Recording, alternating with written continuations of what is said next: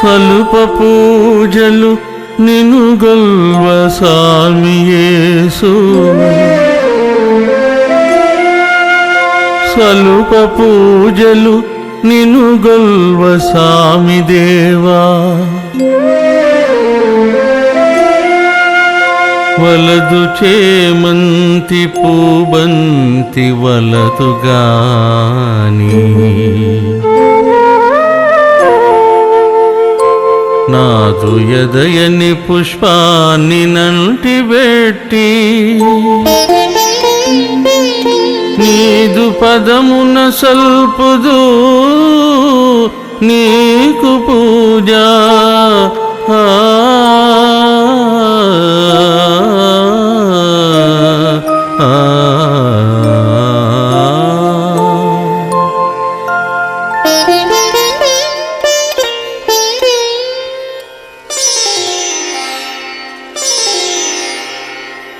ఓ స్వామిదేవా, నిన్ను పూజించటానికి బంతి చేమంతి పూలు కాదు గాని, ఓ స్వామి, నా హృదయాన్ని ఒక పుష్పంగా మార్చుకొని నీ పాదాలకు దానిని అంటిపెట్టి నిన్ను పూజించెదను ఓ యేసుదేవా. ప్రేక్షకులకు శుభములు. ఈ కార్యక్రమమునకు ఆహ్వానము తెలియజేస్తున్నాం. గత కొన్ని వారాలుగా యాకోబు పత్రికను మనం నేర్చుకుంటున్నాం. భక్తుడైనటువంటి యాకోబు, అనగా యేసు ప్రభు సహోదరుడైనటువంటి యాకోబు దేవుని సంగతులను ఎంతో స్పష్టంగా ప్రజలకు అర్థమయ్యే రీతిలో తెలియజేయటం జరిగింది. ఎందుకు ఈ కోణంలో యాకోబు మాట్లాడుతున్నాడు అంటే, అపోస్తలుల కార్యములు అనగా మొదటి శతాబ్దపు కాలములో 7వ అధ్యాయములో స్టెఫెను హతసాక్షి అయిన తరువాత సంఘమునకు సమస్యలు ఎదురయ్యాయి. ఆ తర్వాత 12వ అధ్యాయములో యేసు ప్రభు శిష్యుడైనటువంటి యాకోబు ఖడ్గము చేత చంపబడ్డాడు.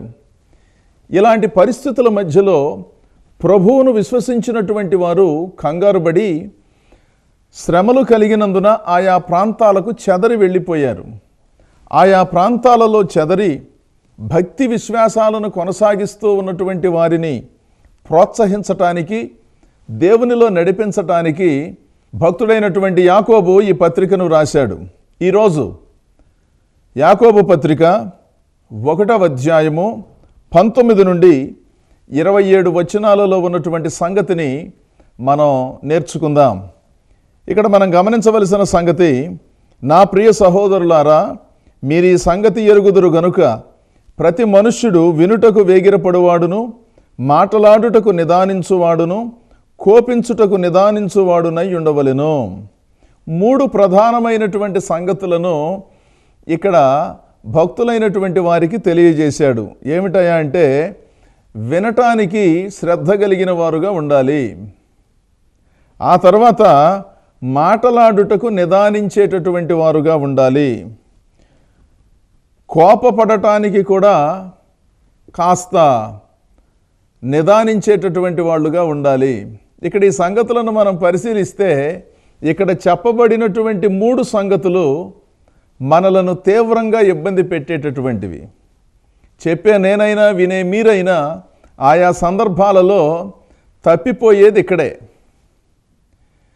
మనకు వినే ఓపిక లేదు, మాట్లాడే ఓపిక, మాట్లాడే శక్తి మన అందరికీ ఉంది కదా.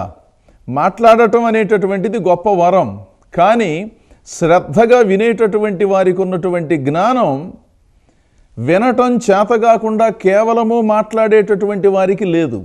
వాళ్ళు వినేవాళ్ళైతే గొప్పవాళ్లే, కానీ ఎంతసేపు మేం చెప్పిందే మీరు వినాలి, మీరు చెప్పింది మేము వినే పరిస్థితి లేదు, అసలు మీకేమీ తెలియదు అనేటటువంటి భావనలో మనం అనుకోవటానికి వీల్లేదు. ఎక్కడైనా కొంతమంది తెలిసి తెలియక మాట్లాడేటటువంటి వాళ్ళు ఉండొచ్చు.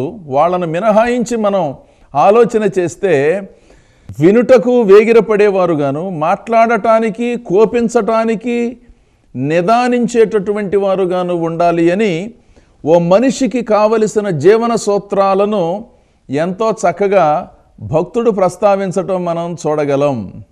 ఈ 3 మనం నియంత్రించుకున్నట్లయితే మన జీవితాలు ఎంతో అద్భుతంగా కొనసాగుతాయి. అంటే వినే సంగతులు దగ్గర మనం పరిశీలన చేస్తే ఏ మాటలు వినాలి, ఎవరి మాటలు వినాలి, ఎందుకు వినాలి, ఎంతవరకు వినాలి అనేటటువంటి సంగతులను కూడా మనం పరిశీలించాలి. మంచి మాటలు వినాలి, పద్ధతి కలిగినటువంటి మాటలు వినాలి.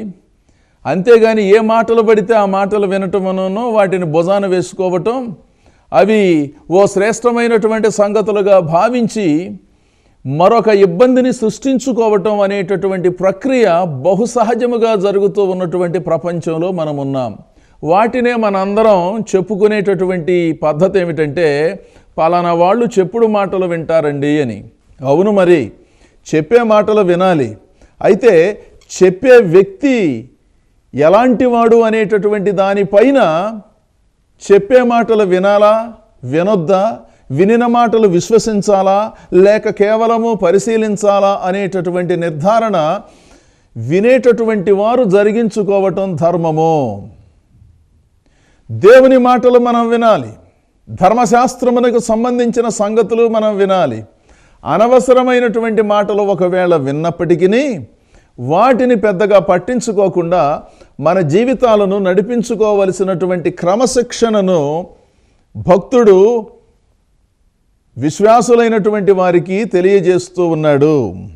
ఆ తర్వాత మాటలాడుటకు నిదానించువారుగా ఉండాలి. అంటే ఏది పడితే అది మాట్లాడటం, అంతా తెలిసినట్లుగా వ్యవహరించటం, కొద్దిగా తెలుసుకొని సర్వము గ్రహించినట్లుగా తమ ప్రాధాన్యత ఎక్కడ తగ్గిపోతుందోనని ఏదో ఒక మాట మాట్లాడాలనేటటువంటి భావనతో మాట్లాడేటటువంటి వాళ్ళు ఉన్నారే, వాళ్ళు కాస్త నిదానిస్తే ప్రజలకు ఎంతో సౌకర్యంగా ఉంటుందన్నమాట. దేవుని వాక్కులు బహుశక్తి కలిగినవై ఒక మనిషిని రక్షించటానికి, ఒక మనిషిని నాటి నిలబెట్టడానికి, అంటే స్థిరమైనటువంటి అవగాహనను కలిగించటానికి, శక్తిని కలిగించటానికి దేవుని మాటలు ఎంతగానో పని చేస్తాయన్నమాట అండి. దేవుని మాటలు చదవని వారు, దేవుని మాటలు వినని వారు సరి అయినటువంటి ఆధ్యాత్మిక దృక్పథములో జీవించటం సాధ్యం కాదు. వాళ్ళు ఇష్టం వచ్చినట్లుగా వాళ్ళు జీవిస్తూ ఉంటారన్నమాట. నామకార్థంగా ఏదో ఒక భక్తి చేస్తున్నామని చెప్పుకుంటూ వారికి తోచినట్లుగా ఉండేటటువంటి పద్ధతులను కల్పించుకుంటారు. అది భక్తి కలిగినటువంటి వారి లక్షణం కాదు. బైబిల్ గ్రంథము భక్తులకు ప్రామాణికము. దానిని మనం తప్పనిసరిగా పాటించవలసినటువంటి వాళ్ళం.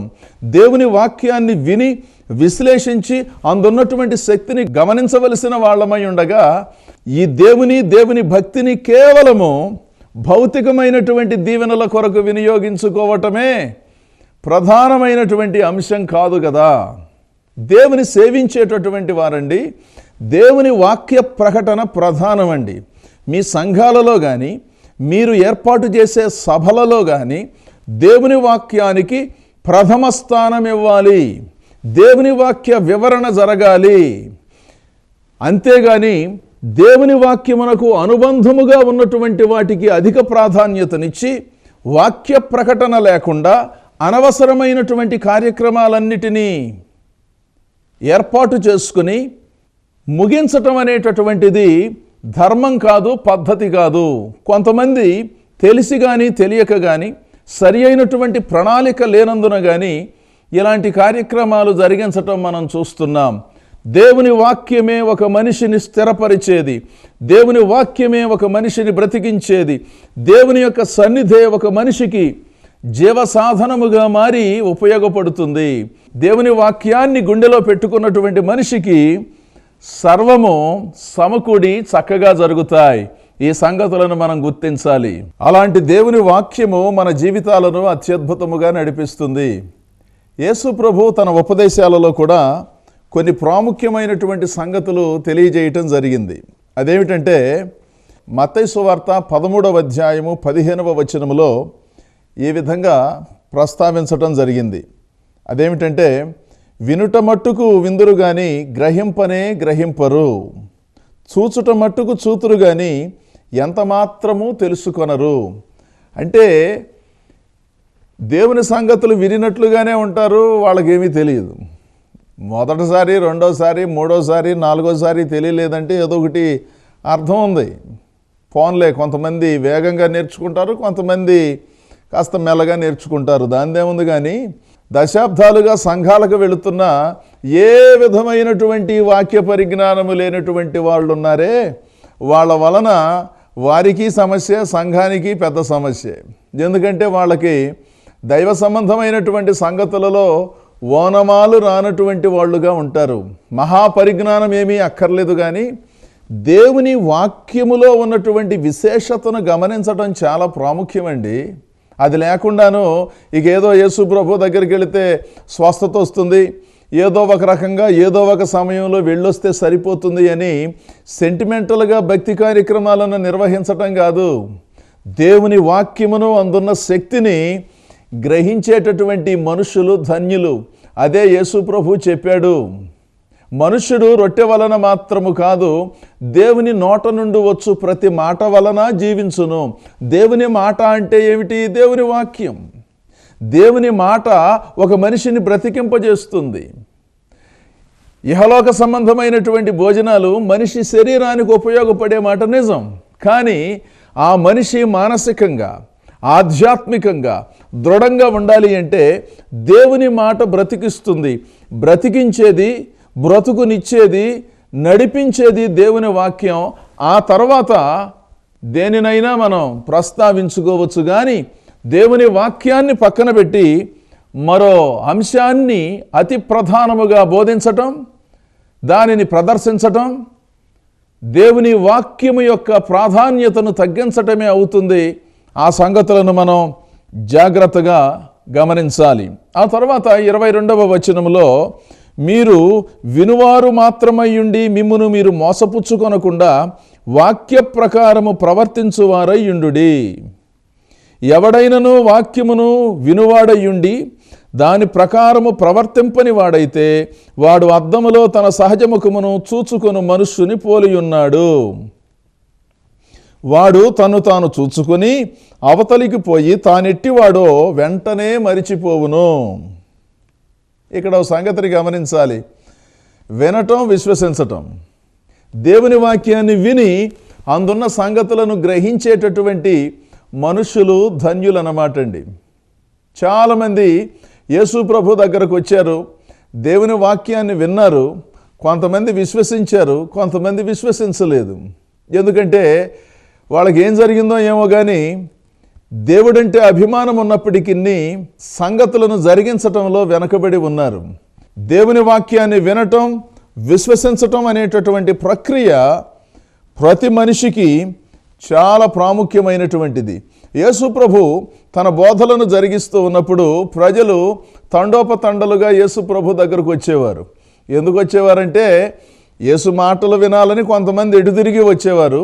యేసు ప్రభు అద్భుతాలు చేస్తే కాస్త చూద్దాం, అంటే వాళ్ళ జీవితంలో అద్భుతం ఏం అక్కర్లేదు కానీ పక్కన వాళ్ళకి చేస్తే చూద్దాం అనేటటువంటి భావనతో యేసు ప్రభు దగ్గరకు రావటం, ఆయన చేసే అద్భుత కార్యక్రమాలను చూడటం, చెప్పే మాటలు వినటం, ఆయన ఏదైనా భోజన ఏర్పాట్లు అద్భుతంగా జరిగిస్తే వాటిని స్వీకరించటం, ఆ తర్వాత సెలవు తీసుకోవటం అనేటటువంటి కార్యక్రమాలు జరుగుతూ ఉండేవి. వారు వచ్చినది అంటే ఎక్కువ మంది వచ్చినది యేసు ప్రభు ఏదో ఒక స్వస్థత చేస్తాడులే, మన పిల్లలను బతికిస్తాడు, మనం బతుకుతాం అనేటటువంటి భావన. యేసు అలా చేసిన మాట నిజం. ఈ దేవుని సేవలో స్వస్థత ప్రార్థనలు ఉన్నాయి. వచ్చినటువంటి వారిని ఆదరించేటటువంటి సేవా విధానము ఉన్నమాట నిజం, దానిని మనం కాదనటం లేదు. కానీ దేవుని వాక్య ప్రకటనకు తావులేని ఈ కార్యక్రమాలను మనము చాలా జాగ్రత్తగా పరిశీలన చేస్తూ సమతూకముతో కూడినటువంటి భక్తి పద్ధతులను జరిగించటం ధర్మమని ఈ సమయంలో మనం గమనించాలి. ఆ తర్వాత 26వ వచనములో, ఎవడైనను నోటికి కళ్ళెము పెట్టుకొనక తన హృదయమును మోసపరుచుకొనుచు భక్తి గలవాడనుకునిన ఎడల వాని భక్తి వ్యర్థమే. అంటే పద్ధతి పాడు లేకుండా భక్తి కార్యక్రమాలను నిర్వహించి తనను తాను మోసం చేసుకునేటటువంటి భక్తి చేసేటటువంటి వాళ్ళు వ్యర్థము. అంటే ఓ పవిత్రమైన చక్కటి జీవన విధానానికి అవకాశము లేనటువంటి జీవితాలను జీవిస్తూ ఒక క్రమశిక్షణ లేకుండా వ్యవహరించేటటువంటి మనిషి ఉన్నాడే, నోటికి కళ్ళెము పెట్టుకొనక అంటే కాస్త నోటిని అదుపులో ఉంచుకోకుండా ఎప్పుడన్నా మనిషి అదుపు తప్పి మాట్లాడటం, ఆవేశంలో కొంచెం తడబడటం, ఇవన్నీ మనిషికి ఎదురయ్యే సహజమైన సంగతులే. కానీ వాటిని మినహాయించి మాట్లాడుకోవలసి వస్తే కొంతమంది ఏం మాట్లాడతారో వాళ్ళకి తెలియదు, ఎవరితో మాట్లాడుతున్నారో అసలు వాళ్ళకి తెలియదు, ఎందుకు మాట్లాడుతున్నారో కూడా వాళ్ళకి తెలియదు. ఎంతసేపు వాళ్ళ గొప్పలు చెప్పుకోవటమనో పరులను తగ్గించి మాట్లాడేటటువంటి ధోరణి తప్ప ఏ విధమైనటువంటి ప్రయోజనము లేదు. అందుకనే కొంతమంది మనుషులు వస్తే కొంతమంది లేచి వెళ్ళిపోతారు. ఎందుకంటే అక్కడ ఉండటం వలన ఏ విధమైనటువంటి ప్రయోజనం లేదు, కొత్త సంగతులు నేర్చుకునేది ఏమీ లేదు. వాళ్ళ డబ్బా వాళ్ళు కొట్టుకుంటూ ఉంటే మనం చూస్తూ ఉండాలి. నోటికి కళ్ళెం పెట్టుకోవడం చేత కాదు, అర్థం పర్థం లేనటువంటి అహంకార ధోరణితో, వ్యర్థమైనటువంటి మాటలతో, కలిపి చెరిపేటటువంటి పద్ధతులతో, కుటుంబాల మధ్యలో చిచ్చులు పెట్టేటటువంటి ధోరణితో, ఏదేదో చేస్తున్నాము అనేటటువంటి భ్రమలు కల్పిస్తూ ఏదీ చేయకుండాను ఓ రకమైనటువంటి ధోరణిలో ఉన్నటువంటి ప్రజలను ఉద్దేశించి మాట్లాడుతూ ఉన్నటువంటి సంగతి. హృదయ శుద్ధి లేదు, ఆత్మశుద్ధి లేదు, ఏ విధమైనటువంటి ఆలోచన లేదు, పాడు లేదు. అన్నీ తెలిసినట్లుగా వ్యవహారం చేయటమనోను, ఏదీ సరిగ్గా తెలియనటువంటి జీవితాన్ని నడుపుతూ దేవుని అనుగ్రహాన్ని పొందుతున్నామని భ్రమపడేటటువంటి మనుషులు ఉన్నారే, వాళ్ళను ఉద్దేశించి చెప్పినటువంటి మాట. అందరికీ ఈ మాటలు వర్తిస్తాయని నేనేమీ అనుకోవటం లేదు. పద్ధతి ప్రకారం భక్తి చేసేవారు, దేవుని మార్గములో నడిచేటటువంటి వారికి ఈ నా మాటలు వర్తించవని నాకు తెలుసు. అలా కాకుండా తమను తాము మోసం చేసుకుంటూ బహిరంగమైనటువంటి పద్ధతులే ప్రధానమని ఎంచుకుని దేవుని సేవిస్తున్నాము అనేటటువంటి భ్రమలో ఉన్నటువంటి వాళ్ళు ఉన్నారే, వాళ్ళు తమను తాము మోసం చేసుకుంటున్నారంట. ఆ తర్వాత 27వ వచనములో, తండ్రి అయిన దేవుని ఎదుట పవిత్రమును నిష్కలంకమును నైన భక్తి ఏదనగా దిక్కులేని పిల్లలను విధవరాండ్రను వారి ఇబ్బందిలో పరామర్శించుటయు యహలోక మాలిన్యము తనకంటకుండా తను తాను కాపాడుకొనుటయే. ఇక్కడ క్రియాపూర్వకమైనటువంటి భక్తికి ఒక నిదర్శనాన్ని కూడా యాకోబు ఇచ్చినట్లుగా మనం గమనించగలం. చాలా జాగ్రత్తగా ఈ సంగతులను పరిశీలన చేస్తే నిష్కలంకమైనటువంటి భక్తి ఏమిటంటే దిక్కులేని పిల్లలను విధవరాండ్రను వారి ఇబ్బందులు పరామర్శించి ఆ పనులు చేస్తూ యహలోక మాలిన్యమును అంటించుకోకుండా సేవలందించేటటువంటి వారిదే నిజమైన భక్తి అంటున్నాడు. అంటే భక్తి అనేది మన కొరకు, మన కుటుంబం కొరకు, మోక్షం కొరకు అనేది ఎంత నిజమో, దేవుడు మనలను దీవించినప్పుడు ఆ దీవెనలలో నుంచి కొంత అవసరతలో ఉన్నటువంటి వారికి సహాయం చేయటం. అంటే దిక్కులేని పిల్లలు అంటే అనాథలు, విధవరాండ్రు అంటే జీవితంలో దగాపడిన వారు కావచ్చు, నష్టపోయిన వారు కావచ్చు. అలాంటి వాళ్లకు చేయూత అవసరమైతే దానిని అందించగలగటం కూడా నిజమైనటువంటి భక్తి అన్నారన్నమాట అండి. ఈ సంగతులను మనం పరిశీలన చేస్తే కొన్ని ఆలోచనలు మనందరం చేయవలసి ఉంది. పరోపకార బుద్ధి అనేటటువంటి దానిని దేవుడే మనిషిలో ఉంచాడు. తోటివారికి సహాయము చేయటం, నిన్ను వలె నీ పొరుగువారిని ప్రేమించటం అంటే వారికి ఉన్న అవసరతలన్నిటినీ మనం తీర్చగలమని మనం చెప్పలేము కదా. ఎందుకంటే ఎవరి భారాలు, ఎవరి కుటుంబాలు వారికి ఉన్నాయి. అయితే అవసరత చొప్పున దైవికమైనటువంటి రీతిలో స్పందిస్తూ వారికి జరిగించవలసినటువంటి ధర్మాలను మనకున్న స్థితిగతుల మధ్యలో జరిగిస్తే దాని వలన దేవుడు అట్టి వారిని దీవిస్తాడు అనేటటువంటి సంగతిని మనం గుర్తించాలి. కొంతమంది ఏమంటారంటే పేదలను ఆదరించటం, దిక్కులేని వాళ్ళను చేరదీయటం క్రైస్తవ సంఘము యొక్క ఉద్యోగం కాదు, మరి ప్రభుత్వము వారు కానీ లేకపోతే ఇంకా ఎవరైనా వచ్చి చెయ్యాలి కానీ మనం చెయ్యనక్కర్లేదు, మనం కేవలము దేవుని వాక్యాన్ని ప్రకటిస్తే సరిపోతుంది అని. అవును, దేవుని వాక్యాన్ని ప్రకటించటమే ప్రధానమైనటువంటి బాధ్యత అని మనందరం గుర్తిస్తూ, నిన్ను వలె నీ పొరుగువారిని ప్రేమించటము అంటే మంచి సమరయుడుగా వచ్చినటువంటి ఆ మనిషి బాధలోనూ వేదనలోనూ ఉన్నటువంటి మనిషికి ఏ విధంగా సహాయము చేసి గాయములను కట్టి పూటకోళ్ళవాని ఇంటికి తీసుకుని వెళ్ళి కాస్త తనదైన సొమ్మును ఖర్చు పెట్టి ఆ మనిషికి కాస్త స్వాంతన కలిగించాడో, అలాగే దేవుని వాక్యాన్ని బోధించేటప్పుడు దేవుని దీవెనలు మనం పొందుకున్నప్పుడు మన పరిధిలో మనం కొంతమందికి సహాయం చేస్తే బాగుంటుందనేటటువంటి భావనను ఎవరి మీద పెట్టి మనం చెయ్యనక్కర్లేదు అనేటటువంటి పరిస్థితి అక్కర్లేదు కదా. ఏది ఏమైనా దిక్కులేని పిల్లలను, విధవరాండ్రను పరామర్శించటమే నిష్కలంకమైనటువంటి భక్తి. ఈ సంగతిని మనం గమనించాలి. దీనికి అనుబంధంగా మనం యెషయా పుస్తకం 58వ అధ్యాయము 7-8 వచనాలు నేను చదువుతున్నాను. నీ ఆహారము ఆకలిగొనిన వారికి పెట్టుటయు, నీ రక్త సంబంధికి నీ ముఖము తప్పింపకుండుటయు, దిక్కుమాలిన బేదలను నీ ఇంట చేర్చుకొనుటయు, వస్త్రహీనుడు నీకు కనబడినప్పుడు వానికి వస్త్రములిచ్చుటయు, ఇదే గదా నాకు ఇష్టమైన ఉపవాసము. ఇక్కడ మరో చక్కటి నిర్వచనం. ఉపవాసం అంటే దేవుని సన్నిధిలో ఉపవసించటం, దేవునికి సమీపముగా నివసించటం అనే చక్కటి అర్థం ఉన్నమాట నిజం. దానిని మనం కాదనటానికి వీల్లేదు. క్రైస్తవ సంఘాలలో భక్తులు అనబడిన వాళ్ళు నెలలకు నెలలు ఈ కార్యక్రమాలను జరిగిస్తున్నారు, అభినందించదగినటువంటి సంగతి. అయితే మరొక ఉపవాసం కూడా ఉంది. అదేమిటి?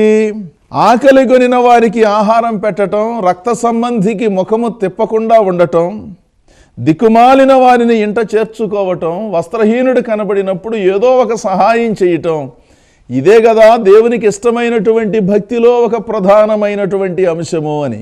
అంటే ఈ దేవుని సేవలో సామాజిక స్పృహ కూడా ఉందనే సంగతిని మనం గుర్తించాలి.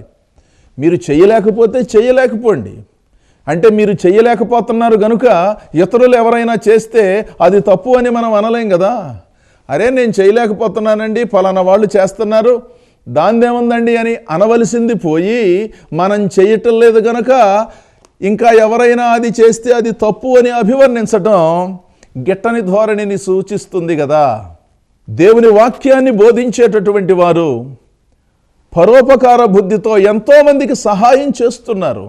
దానినే ఒక క్రమ పద్ధతిలో జరిగించేటటువంటి సేవా కార్యక్రమాలను కొన్ని క్రైస్తవ సహవాసాలు జరిగిస్తున్నాయి. ఆ మాటకొస్తే ఈ ప్రపంచంలో ముఖ్యముగా ఆసియా ఖండములో దేవుని ప్రేమ చేత ప్రజల జీవితాలను వెలిగించినటువంటి మహానుభావులు, మేధావులు ఉన్నారు. వారి సేవలు శ్లాఘనీయం కాదా? ఆయా దేశాల నుంచి మిషనరీలుగా ఈ దేశానికి వచ్చి సొంతదైన వారి సొమ్ములను ఖర్చు పెట్టి పాఠశాలలను, అదేవిధంగా వైద్యశాలలను నిర్మాణం చేసి ఎన్నో విధాలుగా ప్రజలకు చేయూతనిచ్చినటువంటి విధమును మనం తప్పనిసరిగా అభినందించాలి. విద్యలోను వైద్యములోను ప్రముఖ పాత్రను వహించినటువంటి పద్ధతులు ఎందుకు మనకు వచ్చాయి అంటే, నిన్ను వలె నీ పొరుగు వారిని ప్రేమించమన్నందున కాని దేశానికి వారు వచ్చి తిరిగి వారి దేశాల ముఖమైనా చూడకుండానే అనారోగ్యాలతో అరాకొరా పరిస్థితుల మధ్యలో ఈ దేశంలో నివాసం చేసి ప్రజలకు అందించినటువంటి సేవలను మనం అభినందించాలి. ఎక్కడో ఒకటి ఎర్రా మనకిష్టం లేనటువంటివి జరిగాయి కదా అని అన్నిటినీ ఆ విధంగానే మాట్లాడుకోవటం కొంత బలహీనమైనటువంటి ఆలోచనలు అవుతాయి కదా. వాటిని మనం పరిశీలించాలి. మన దేశవాసులను పొరుగు దేశవాసులైనటువంటి వారు పట్టించుకొని వారికి సహాయం చేసినటువంటి విధానాన్ని మనం అభినందించాలండి. ఇక్కడ ఈ సంగతులను భక్తుడైనటువంటి యాకోబు ప్రస్తావించాడు. దిక్కులేని వారికి కాస్త సేవలు అందించండి, విధవరాండ్రకు ఏదైనా చేయూతనివ్వండి, అది నిష్కలంకమైనటువంటి భక్తిగా ఉంటుంది, అది నిజమైనటువంటి ఉపవాసంగా ఉంటుంది అని. అంటే దీని భావం దేవుని సన్నిధిలో దేవుని పేరుతో తోటివారికి జరిగించేటటువంటి ప్రతి విధమైన కార్యక్రమము కూడా దేవుడు ఆమోదించి సహాయము చేసి వారికి సహాయం చేస్తున్నాడు, మనలను దీవిస్తున్నాడు. ఇప్పటికే వీక్షకులైనటువంటి మీరు ఎంతోమందికి సహాయం చేశారు, ఎంతోమందిని పైకి తీసుకొచ్చినటువంటి వాళ్ళు ఉన్నారు, ఎంతోమందిని చదివించినటువంటి వాళ్ళు ఉన్నారు. ఎందుకంటే మీలో ఉన్న దయా హృదయం ఎంతోమంది దగ్గరకు మిమ్మలను నడిపించింది, ఎంతోమందికి చేయూతనిచ్చింది. అందును బట్టి నేను మిమ్మలను అభినందిస్తున్నాను. అది అద్భుతమైనటువంటి సేవ. ఈ దేవుని సేవించేటటువంటి ప్రజలు జరిగించవలసినటువంటి కార్యక్రమం అదే. దాని విషయమే యాకోబు ఈ సందర్భంలో మాట్లాడుతూ ఉన్నాడు. దేవుని వాక్యానికి ప్రాధాన్యతనివ్వమన్నాడు, దేవుని మాటలను వినమని చెప్పాడు. ఆ తర్వాత నిష్కలంకమైనటువంటి భక్తిని భక్తి సూత్రాలతో జరిగించమని తెలియజేశాడు. ఈ సంగతులు ఈ కాలంలో ఉన్న మనకును ఎంతో వర్తిస్తాయని, వాటిని విధిగా మనం పాటిస్తూ ఈ దేవుని యొక్క మేలులను పొందుకుంటూ ముందుకు సాగాలని నేను మీకు మనవి చేస్తూ ఉన్నాను. ఇప్పటికే ఆ పద్ధతిలో ఉన్నటువంటి అనేకులైన మిమ్ములను నేను అభినందిస్తున్నాను. ఒకవేళ తెలిసి కానీ తెలియక కానీ ఎంతసేపు డబ్బే ప్రధానము అని వాటి చుట్టూనే మనం తిరుగుతూ ఉన్నట్లయితే కాస్త ఆలోచన చేసి వెసులుబాటును చేసుకుని పరులకు సహాయం చేయటం అనేటటువంటి అంశాన్ని పరిశీలించండి.